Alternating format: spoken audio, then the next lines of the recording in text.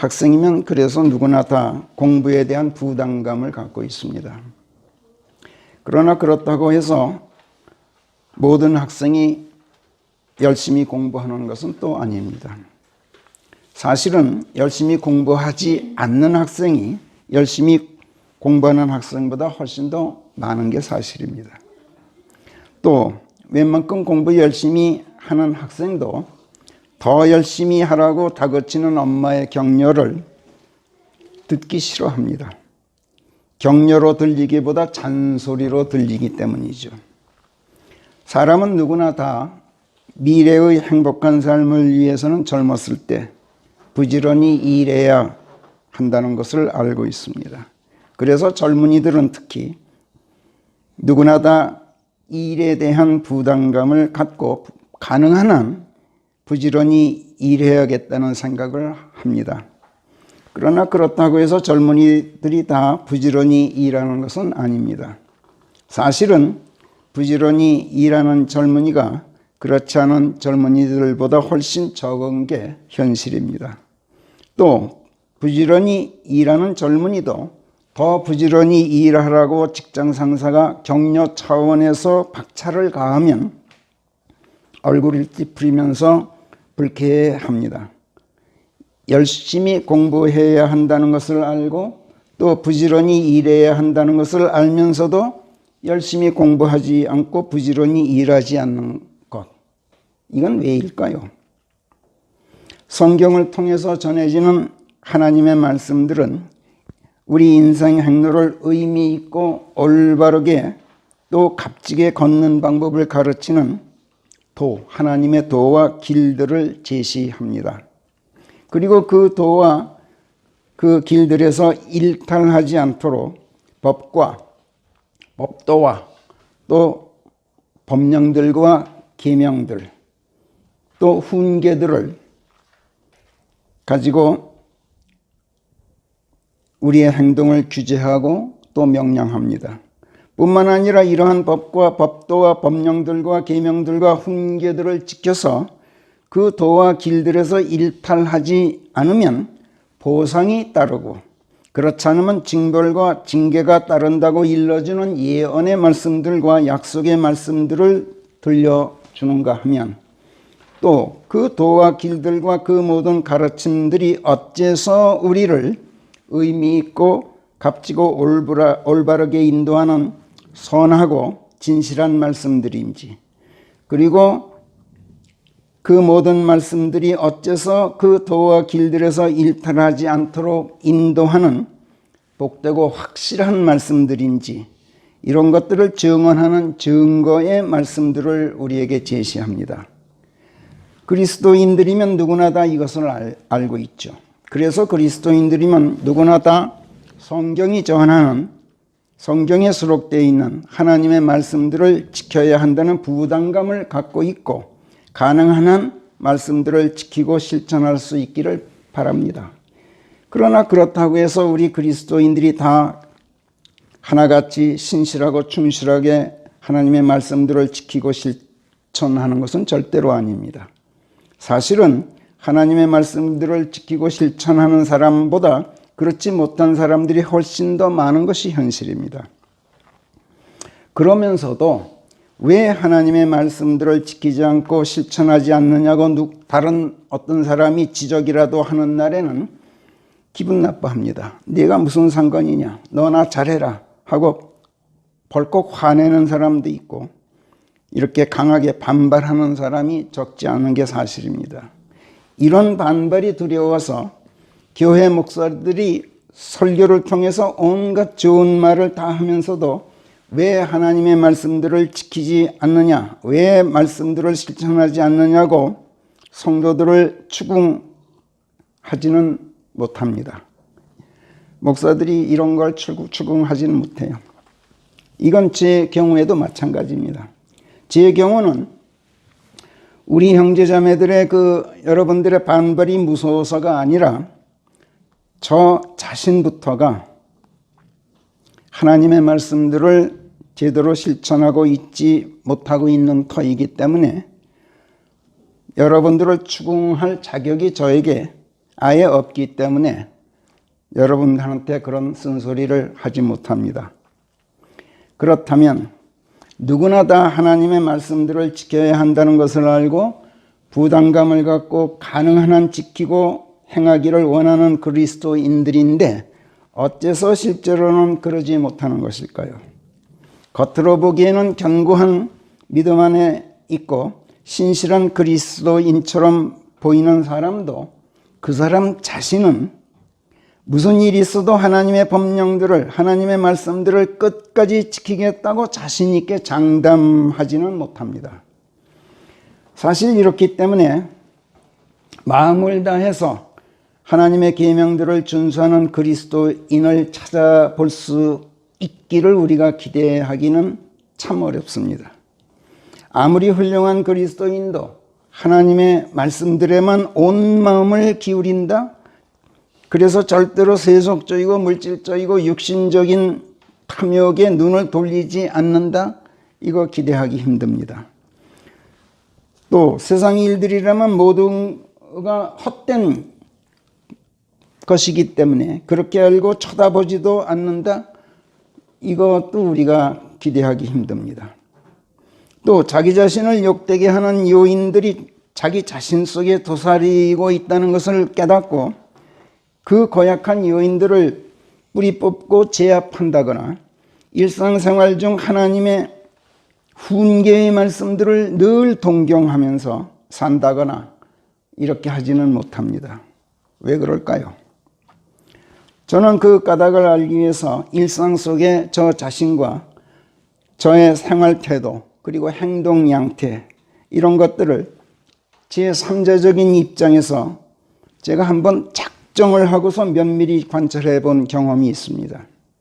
하나님의 말씀들을 마음을 다해서 지키기는커녕 그 말씀들 안에서 기쁨을 찾고 즐거워서 마음이 온통 하나님의 말씀들에 기울어져 있는 가운데 늘 성경 말씀들을 동경하고 하나님을 경외하는 데에 모든 것을 바치기를 바라는 이런 뜨거운 열망, 이런 것과는 거리가 멀어도 저 자신이 한참 거리가 먼 일상 속에 있다는 그런 나 자신을 발견하고 저 스스로가 경악하지 않을 수 없었기 때문에 그랬던 것인데, 아무튼 그 결과 저 나름대로 그 원인과 이유를 저는 찾아냈습니다.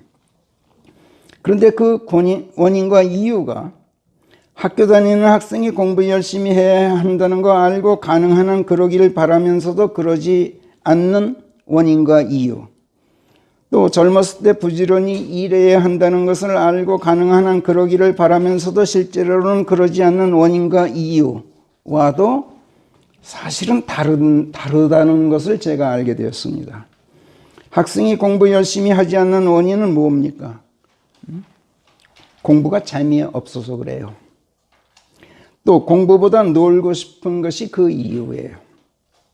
젊은이가 부지런히 일하지 않는 원인은 하는 일이 별 소득을 안겨주지 못해서 수입이 적거나 또는 경력을 쌓는데 큰 도움이 되지 않거나 또 취미나 적성에 맞지 않거나 아니면 건강하지 못하거나 또 아니면 본디 게으르거나 해서인 것이 그 이유입니다. 원인과 이유는 조금 다릅니다. 원인은 어떤 결과를 초래하는 요인을 말하고, 이유는 어떤 현상이나 행동 양태를 설명하는 요인을 말합니다. 놀고 싶어도 공부가 재미있으면 놀지 않고 열심히 공부하게 마련이죠. 취미나 적성에 맞지 않거나 건강하지 못하거나 본디 게을러도 만약 하고 있는 일이 쏠쏠한 수입으로 큰 소득을 안겨주게 되면 싫어도 부지런히 일하게 마련입니다. 그런데 성경 말씀들은 재미있어 실천하는 것도 아니고 물질적으로 무슨 큰 수입을 안겨주기 때문에 지키는 것도 아닙니다. 또 경력 쌓으려고 성경 말씀을 행하는 것도 아니고 취미나 적성이나 건강 또는 근면성 등이 하나님의 말씀들을 온 마음으로 동경하느냐 아니냐 하는 것과는 관계가 없습니다. 또 마음을 다해서 실천하느냐 않느냐를 결정하는 요소도 되지 못합니다. 하나님을 경외하는 데 모든 것을 바치느냐 않느냐 이걸 설명할 수 있는 요인도 되지 못합니다. 성경 말씀들을 지키지 않고 실천하지 못하는 것은 그 말씀이 내 삶에 미치는 소용가치를 실감할 만한 영적 감각이 무뎌서 그렇습니다. 게다가 무디기 때문에 내가 영적 감각이 무디다는 것 자체를 자각하지 못하는 것, 이게 첫째 원인이죠. 또 영적 감각이 살아있더라도 말씀의 소용가치를 미래보다 당장 눈앞에 닥친 삶의 현실적인 플러스가 되기를 바라는 마음, 이게 아주 강한 것이 또 둘째 원인이 됩니다. 그런데 성경 말씀들은 내가 그렇게 바라는데도 성경 말씀들은 소망이라는 배의 명분을 내걸고 당장 눈앞의 현실 생활에 미치는 소용가치보다는 다음 세상에서 누리게 될 소용가치에 초점을 맞추는 데 더 치중하고 있는 것 같은 인상을 줍니다. 이것이 세 번째 원인이 됩니다.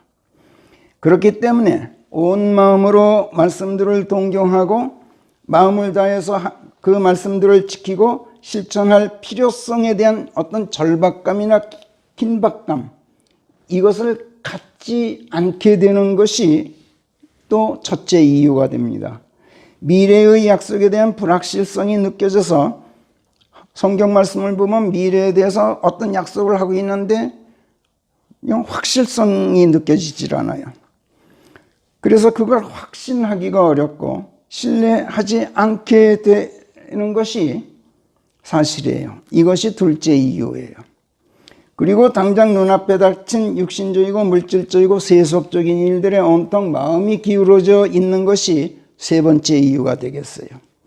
그리고 무엇보다도 말씀을 지키고 실천하는 것이 내 인생에 매우 중요하다는 것을 터득할 만한 명철이 내게 부족한 것이 또 네 번째 이유일 수 있고, 그러면서도 명철의 필요성을 뼈아프게 인식하지 못하는 것이 또 다섯 번째 이유일 수 있고, 그렇기 때문에 하나님의 말씀들이 갖는 소용가치를 터득할 수 있는 명철과 가르침을 주십시오 하고 일상적으로 기도하고 간구하는 일이 버릇이 되어 있지 않은 것이 여섯 번째 이유인 것 같습니다. 저는 그렇게 결론을 내렸어요. 예를 들면 성령께서 로마서 8장 17, 18, 19절에서 사도 바울의 입으로 이렇게 말씀하십니다. 로마서 8장으로 가서 우리 17절부터 같이 읽어봅시다. 시작. 우리가 자녀들이면 상속자들인즉 하나님의 상속자들이요 그리스도와 공동 상속자들인 것이라. 그래서 우리가 그분과 함께 고난당하는 것이라면 이 또한 우리가 그분과 함께 영화롭게 되기 위함이니라. 이 현 시대의 고난들은 장차 우리 안에서 나타나게 될 영광에 비할 가치도 없다고 나는 생각하노라. 피조물이 간절한 기대로 하나님의 아들들이 나타나기를 기다리고 있는 것은 그래서니라. 네. 하나님의 상속자라면 떵떵거리고 사는 이 세상 그 어느 대갓집 상속자들보다도 훨씬 더 이 세상 그 어떤 대갓집 상속자들도 도저히 따라오지 못할 만큼 아주 고귀하고 부유하고 영화로운 존재입니다. 하나님의 상속자인데요. 그렇다면 시쳇말로 금수저를 입에 물고 태어나야 하지 않겠어요? 웬만큼 부유하고 고귀한 기갓집 자식들이면 다들 금수저 물고 태어난다고들 합니다. 그런데 하나님의 상속자라는 우리가 흙수저를 물고 태어난다? 그리고 금수저의 영광, 이건 다음 세상에서나 나타내야 될 영광이다, 이렇게 말씀해요. 그리고 지금 이 세상에서 누리는 것은 흙수저의 고난이라는 거야. 이 현 시대의 고난들, 이걸 인내로 참고 견디라고 말씀하면서 이렇게 말씀해요.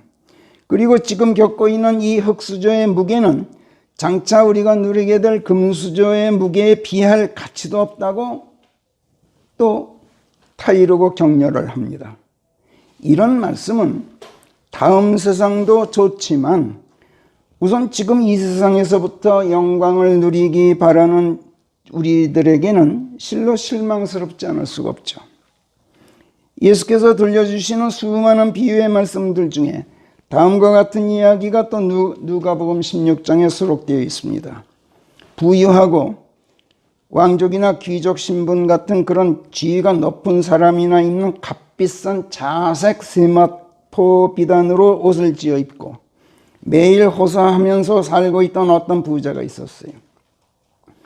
그 반면에 그의 식탁에서 떨어지는 부스러기들이라도 얻어먹으려니 하고 그의 집 대문 곁에 나사로라 이름하는 부스럼투성이 가난뱅이 거지가 동네 개들이 몰려와서 그의 부스럼을 핥는 가운데 누워 있었어요. 그런데 그 거지는 죽어서 어떻게 됐습니까? 천사들에 의해서 아브라함의 품이라는 낙원으로 옮겨져 있고 그 부자는 죽어서 지옥으로 옮겨져서 고통받고 있다는 거예요. 그러다가 그 부자가 눈을 들어보니 저 멀리 아브라함이 보이는데 그의 품에 나사로가 안겨 있는 거예요.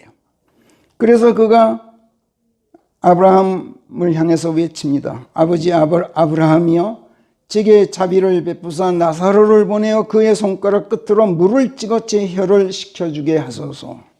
제가 이 불꽃 속에서 고통당하고 있나이다.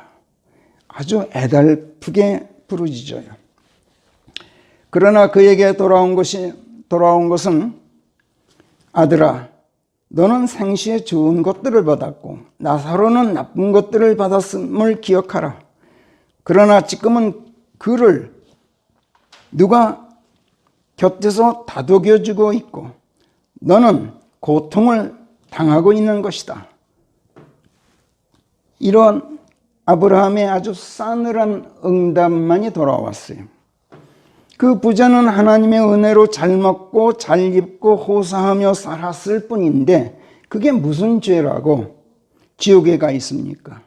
그 이유는 하나님의 그 넘치는 은혜들을 혼자 누렸기 때문에 그래요.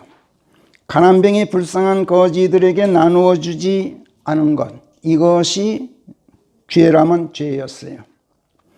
그렇다면 그 가난뱅이 거지는 대체 무엇을 잘했다고 낙원에 가 있단 말입니까? 세상에 사는 동안 하나님의 은혜를 누리지 못했다는 오직 이것이 그 이유였어요.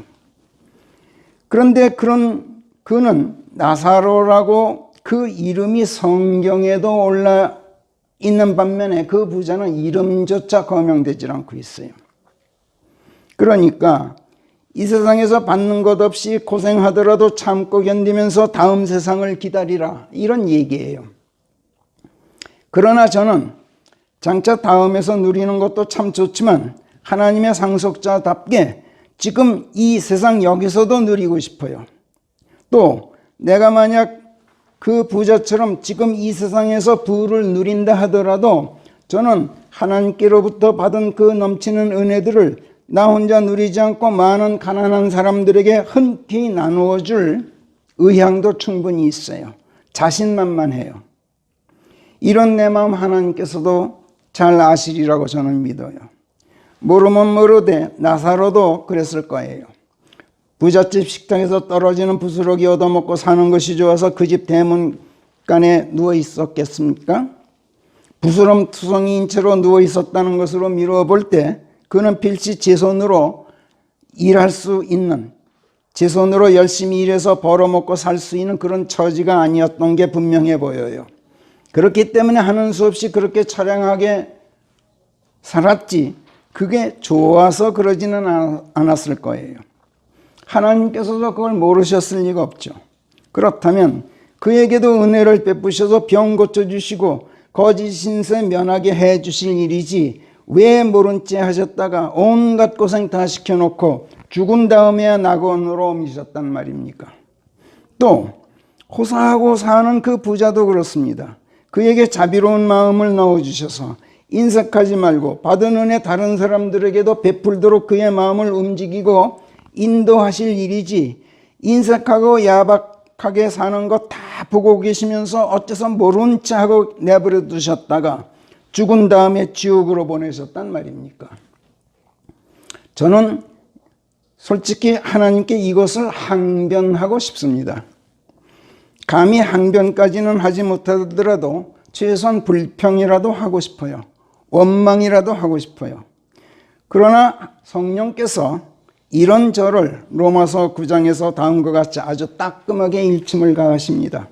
로마서 9장 20절부터 23절까지 우리 같이 읽어봐요. 시작. 그러나 오 인간아 아니니라. 네가 무엇이라고 하나님께 말대꾸를 하느냐. 만들어진 것이 만든 이에게 왜 당신은 나를 이같이 만들었소 하고 말하겠느냐. 토기장이가 진흙주물을 권세가 없어서 똑같은 흙반죽으로 어떤 것은 귀한 것으로 빚고 어떤 것은 천한 그릇으로 빚지 못하겠느냐. 만약 하나님께서 당신의 진노를 나타내시고 당신의 권세를 알게 하시려고 깨뜨려버려도 좋을 진노의 그릇들인데도 그것들을 많은 오래 참으심으로 참아오셨다면 어쩔 셈이냐. 또 그분께서 영광에 이르도록 진즉부터 예배해 두셨던 자비의 그릇들 위에 부어지는 당신의 영광이 얼마나 풍요로운가를 알게 하시려고 그리셨다면 어쩔 셈이냐. 대체 내가 무엇이라고?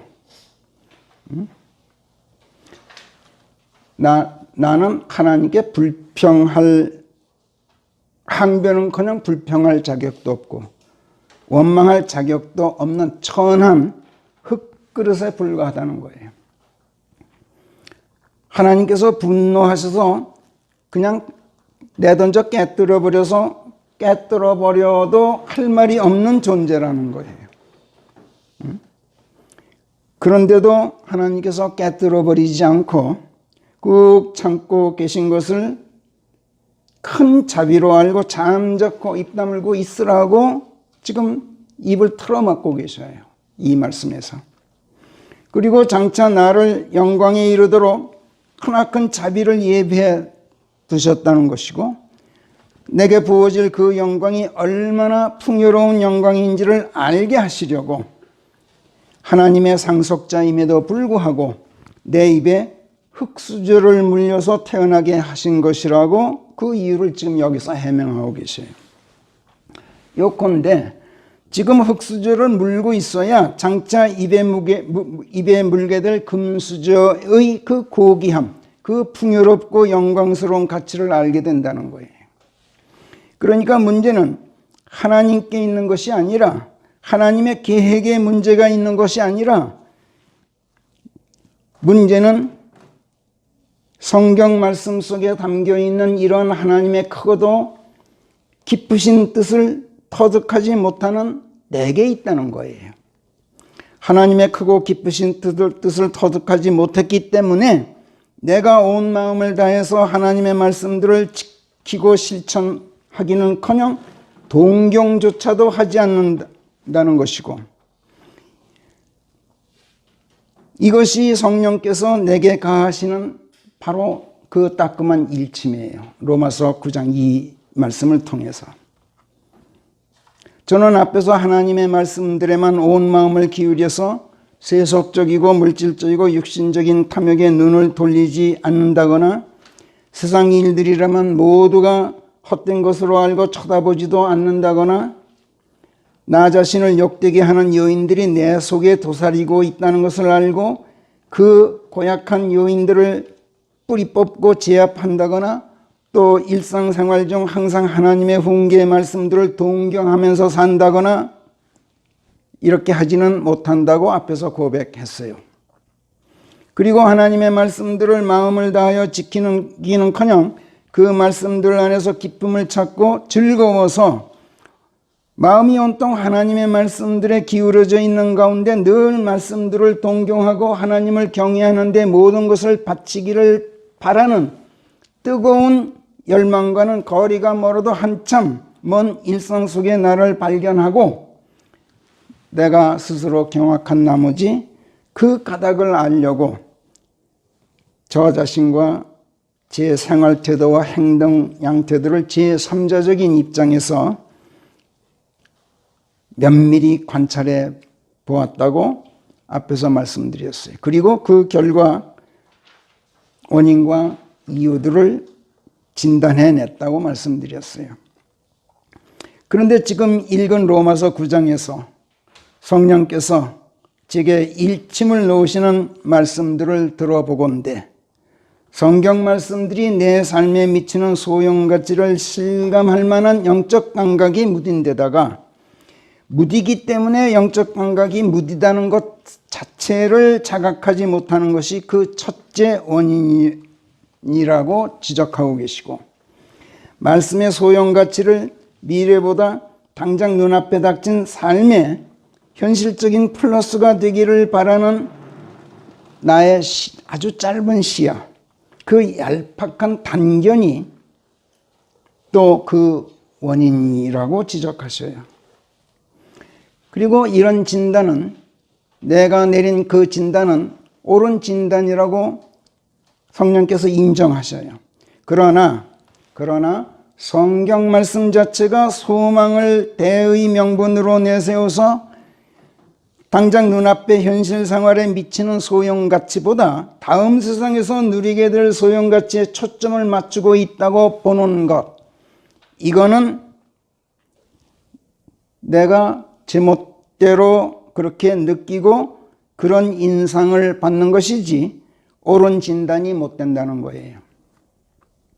그렇기 때문에 온 마음으로 말씀들을 동경하고 마음을 다해서 말씀들을 지키고 실천할 필요성에 대한 절박감이나 긴박감을 갖지 못한다는 것이나, 미래의 약속에 대한 불확실성이 느껴져서 확신하지 않고 신뢰하지 않거나, 또는 눈앞에 닥친 육신적이고 물질적이고 세속적인 일들에 온통 마음이 기울어져 있거나, 무엇보다도 말씀을 지키고 실천하는 것이 내 인생에 매우 중요하다는 것을 터득할 만한 명철이 없거나, 그러면서도 명철의 필요성을 뼈아프게 인식하지 못하는 것이나, 또 말씀이 갖는 소용가치를 터득할 수 있는 명철과 가르침을 달라고 기도하고 간구하는 것이 버릇이 되어 있지 않다거나 하는 이런 이유들은 모두가 내게 책임이 있지 하나님께 책임이 있는 게 아니라고 말씀해요. 그렇다면 나는 어째서 성경 말씀 속에 담겨있는 하나님의 그 크고도 기쁘신 뜻을 헤아리지 못하고 터득하지도 못하고 깨달음 없이 원망하고 불평하고 싶은 그런 생각만 든단 말인가요? 바로 그 이유를 성령께서 아까 우리가 읽었던 오늘의 본문 말씀 시편 119편 33절부터 40절에서 답하고 계신 거예요. 시편 119편으로 돌아가서 33절부터 다시 살펴보겠어요. 오 주여, 주의 법령들의 길을 저에게 가르쳐 주소서. 그래야 제가 그것을 끝까지 지키게 되리이다. 이게 무슨 말입니까? 내가 하나님의 말씀들을 끝까지 지키지 못하는 것은 하나님께서 그 말씀들을 가르쳐 주지 않으셔서 그렇다는 말처럼 들리지 않아요? 가르쳐 주십시오. 그래야 내가 끝까지 지키게 되겠습니다. 내가 지금 끝까지 못 지키는 건 안 가르쳐 줘서 그렇습니다. 이런 말 같지 않아요? 그러나 그게 아닙니다. 성령께서는 지금 아무리 가르쳐 줘도 내가 그 가르침을 제대로 받지 못한다고 지적하고 계신 거예요. 그렇다면 나는 왜 하나님의 가르침을 제대로 받지 못하고 있을까요? 명철이 없어서 그래요. 그래서 명철을 구하라고 충고하시는 게 34절 그 다음 말씀이에요. 저에게 명철을 주소서. 그리야 제가 주의 법을 지키게 되리니 제가 실로 제 마음을 다하여 그것을 준수하게 되리이다. 명철이 무엇입니까? 영어로 understanding이에요. 이해력을 말해요. 그럼 내게 이해력이 없습니까? 있어요. 그러나 우리에게 있는 명철은 하나님의 가르침들을 충분히 이해할 수 있는 명철이 아니에요. 왜요? 사람의 명철이기 때문에 그래요. 사람의 명철은 사람의 가르침들이나 세상 일들은 이해할 수 있을지 몰라도 하나님의 가르침들이나 하나님의 일들은 이해하지 못해요. 왜? 하나님께서 그렇게 만들어 놓으셨기 때문에 그래요. 예수께서 마태복음 13장 14절 15절에서 이사야서 6장 9절 10절 말씀을 인용해서 하신 말씀 우리 잘 기억하죠. 에사야의 예언이 그들 안에서 성취되었나니 이르기를 너희가 귀로 듣기는 하는데 깨닫지는 못할 것이요 너희가 눈으로 보기는 하는데 알아차리지는 못하리라. 이는 이 백성의 마음이 무뎌졌고 그들의 귀는 들음에 둔한데 그들이 또 그들의 눈을 감았음이라. 이는 여한 때에도 그들이 그들의 눈으로는 보지 못하게 하고 그들의 귀로는 듣지 못하게 하며 그들의 마음으로는 깨닫지 못하게 하고 회심하지도 못하게 하여 내가 그들을 치유하지 못하도록 하였음이라 하였느니라. 사람의 머리가, 우리의 머리가 사람의 명철로 채워져 있으면 하나님의 명철이 들어올 자리가 없어요. 그래서 하나님의 명철을 달라고 아무리 간청하더라도, 그래서 하나님께서 그 간구에 응답하셔서 아무리 명철을 내게 주셔도 소용이 없어요. 또 사람의 지성과 이성 그리고 세상의 지식과 지혜가 내 머리를 가득 채우고 있으면 하나님의 지성과 예지, 하나님의 지혜를 받아 담을 자리가 없어요. 하나님의 생각, 하나님의 명철, 하나님의 지성, 하나님의 이성, 하나님의 예지, 이걸 받으려면, 그래서 성경 말씀 속에 담겨있는 하나님의 깊은 뜻, 그 원대한 계획들을 헤아리고 깨닫고 터득해서 모든 것이 나를 향하신 하나님의 사랑이로구나, 자비로구나, 또 책략이로구나 하는 것을 정확하게 알아차릴 수 있으려면, 그래서 일상 중 온 마음으로 하나님의 말씀들을 항상 동경하고 마음을 다해서 그 말씀을 지키고 실천할 수 있게 되려면 우선 내 머리를 가득 채우고 있는 사람의 명철, 사람의 지성과 이성, 세상의 지식과 지혜를 몽땅 쏟아버려야 돼요. 내 마음에서 사람의 생각, 사람의 감정을 말끔히 비워내어서 내 영이 가난해져야만 돼요. 그러자면 나는 하나님 앞에서 그리고 그분의 말씀 앞에서 극도로 겸허하고 온유해져야만 해요. 그런데 하나님께서는 내가 언제 어디에 있어도 내 앞에 계셔요. 그리고 내가 어디에 숨어서 무엇을 하고 있더라도 거기 내 앞에 하나님의 말씀이 호련히 나타나 있어요. 그래서 하나님과 그분의 말씀들 앞에서 겸허하고 온유해지려면 불가불 하루 24시간, 1년 365일 어디서 무엇을 하고 있더라도 나는 항상 겸허하고 온유하지 않을 수가 없어요. 겸허하다, 겸손하다 또는 온유하다 하는 말, 이건 오만하지 않다, 교만하지 않다 이런 뜻이에요. 하나님과 그분의 말씀 앞에서 나를 오만하지 않고 교만하지 않게 만드는 게 무엇이겠어요? 하나님의 지엄하심이에요. 하나님의 무서우심. 그래서 내가 하나님 앞에서 또 그분의 말씀 앞에서 아니 하루 24시간 1년 365일 언제 어디서 무엇을 하고 있더라도 항상 겸손하고 온유하려면 내 앞에 계신 그 지엄하신 하나님을 두려워할 줄 알아야 돼요.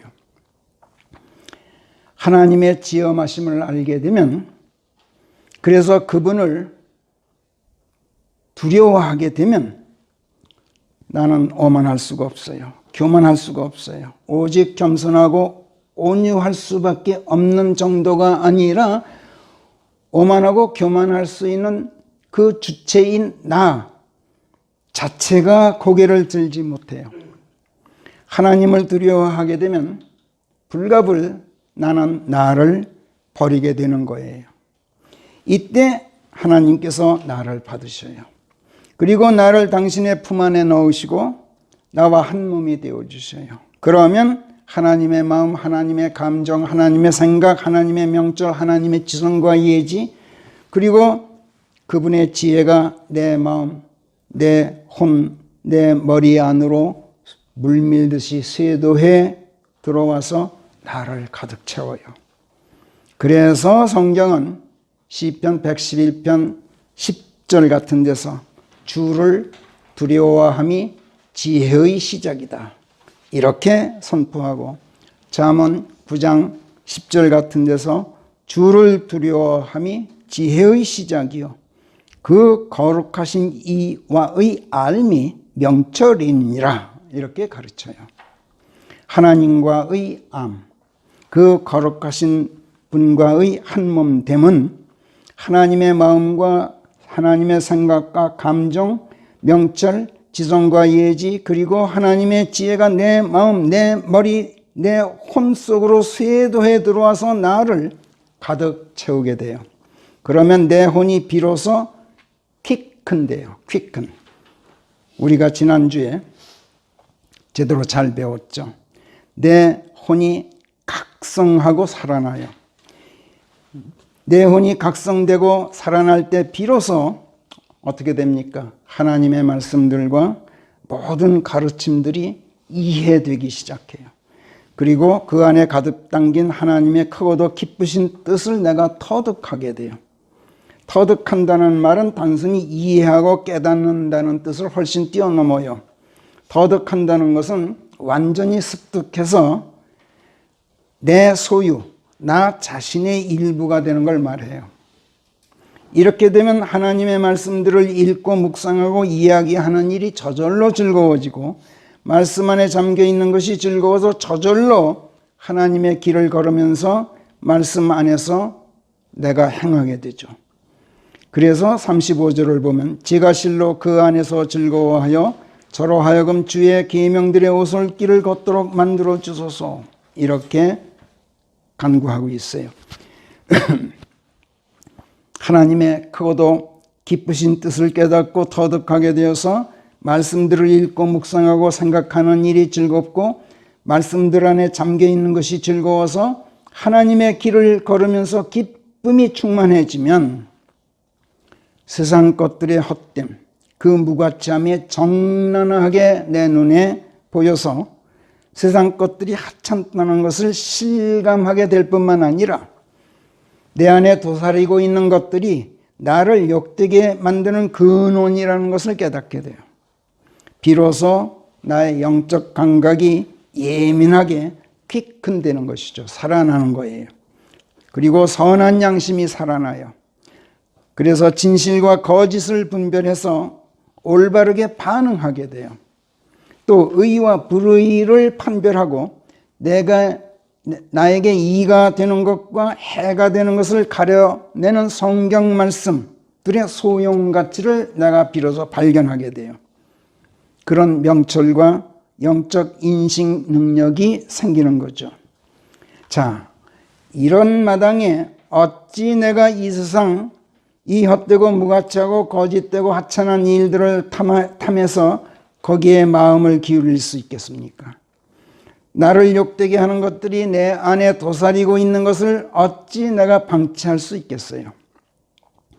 혼이 각성하고 살아나서 영적 감각이 민감해지고 선한 양심이 활발해지면 세상 것들이 헛되고 무가치하고 거짓되고 하찮음을 증언해주고 내 안에 도사리고 있는 것들이 나를 욕되게 하는 근원이라는 것을 입증하는 하나님의 증거의 말씀들에 내 마음이 온통 쏠리게 돼 있어요. 그래서 36절에서 제 마음이 탐욕에 기울게 하지 마시고 주의 증거의 말씀들에 기울도록 하소서. 헛된 것을 쳐다보는 데서 제 두 눈을 돌려주소서. 그리하여 주께서 저를 주의 길 안에서 살리소서. 여기서 살리소서라는 말씀이 또 영어로 quick이에요. 내 혼이 quick되어서 내가 살아나면 온 마음이 하나님의 말씀들에 저절로 기울게 돼요. 하나님의 말씀들을 터득하고 그분의 사랑과 자비는 물론이고 그분의 명철과 예지, 지혜, 그분의 모든 생각과 계획, 그리고 책략들을 내가 완전 습득하고 내 소유로 만들어서 내가 그분의 일부가 되고 그분께서 내 전부가 되셔요. 우리의 인생 행로에서 이보다 더 큰 소득은 없죠. 이 소득이 얼마나 크고 값진 소득인가를 예수님께서 마태복음 13장에서 하늘의 왕국에 빗대어서 설명하시면서 이렇게 말씀하신 적이 있어요. 하늘의 왕국은 밭에 숨겨진 보물과 같아서 어떤 사람이 그것을 발견하면 감춰두고 기뻐하며 가서 자기가 가진 모든 것을 팔아 그 밭을 사느니라. 하늘의 왕국은 또 값진 진주들을 구하러 다니는 상인과 같아서 매우 값비싼 진주 하나를 발견하면 가서 자기가 갖고 있는 모든 것을 팔아 그것을 사느니라. 그 고귀한 것을 손에 넣기 위해서 나와 내가 가지고 있는 모든 것을 버린다는 거예요. 이 버림이 하나님의 것을 내가 받고 소유하고 내 것으로 만드는 바로 그 지름길이라고 가르치고 있는 거예요. 이런 값진 소득을 내가 어떻게 얻느냐? 내 모든 것을 버려라. 나 자신까지 내가 가진 모든 것을 다 버려라. 그러면 얻는다는 거예요. 나를 버리지 않으면 하나님께서 버려요. 나를 버려요. 내가 겸손하고 온유하지 못하고 오만하고 교만해서 내 명철, 내 지성, 내 이성, 그리고 내 안에 있는 이 세상 지식과 지혜, 내 생각, 내 감정을 내가 버리지 않으면 하나님께서 비웃으시고 나를 짓밟아 버리셔요. 하나님께서는 내 모든 것을 버리고 나를 버려야만 당신의 것으로 넘치도록 나를 채워주시고 당신 자신까지도 내 안으로 들어와서 하나님의 말씀이 내 안에 확고히 서 있도록 하시고 나를 욕되게 하는 것들을 몰아내 주셔요. 그리고 하나님 당신의 의로 나를 채워주셔요. 그래서 38절에서 주의 종에게 주의 말씀이 확고히 서도록 하시어서 그가 주를 경외하는데 모든 것을 바치게 하소서. 저를 욕되게 하는 그 근원이 두렵사오니 그것을 물리쳐 주소서. 주의 법도들이 선하게 드리는 말씀이옵니다. 제가 주의 훈계들을 동경해 왔사오니 통촉하시어 주의 의 안에서 저를 살리소서. 이렇게 하나님께 기도하고 있는 거죠. 오늘 이 기도가 이 자리에서 하나님께 예배드리는 우리 모두의 기도가 되기를, 이것도 오늘 한 번이 아니라 늘 우리의 인생 행로에서 끊임없이 계속되는 우리의 기도이기를 간구하면서 설교를 마치겠습니다. 기도하겠습니다. 하나님, 오늘도 저희들의 예배 기뻐 받으시고 복되고 거룩한 말씀들로 응답하셔서 저희들의 혼을 명민하게 깨워 일으켜 주신 것을 감사합니다. 아버지, 하나님의 말씀들이 이 세상 그 어떤 보화와도 바꿀 수 없이 고귀하다는 것을 저희가 오늘 다시 깨닫사오니 저희가 온 마음을 기울여서 하나님의 말씀들을 동경하며 말씀들이 인도하는 생명의 오솔길을 걸으며 기쁘고 즐겁도록 계속 저희들을 가르쳐 주시고 인도해 주시옵소서. 하나님, 이제 예배를 마치고 아버지께서 마련하신 대로 혼사를 치르는 우리 윤기현 형제님, 김종희 자매님 댁 혼례식장으로 자리를 옮깁니다. 하나님의 은혜 안에서 혼례를 올리는 우리 윤세진 형제, 또 최은지 자매를 복되게 하시고 신랑 신부 양가를 지하해 주십시오. 축복하는 저희들 모두에게도 아버지 하나님의 은혜로 충만케 하시고 이 시간 몸이 아파서 집에 혼자 누워있는 우리 권도희 자매도 그 곁에서 떠나지 말고 보살펴 주시옵소서. 감사합고 우리 주 예수 그리스도의 이름 안에서 기도하옵나이다. 아멘.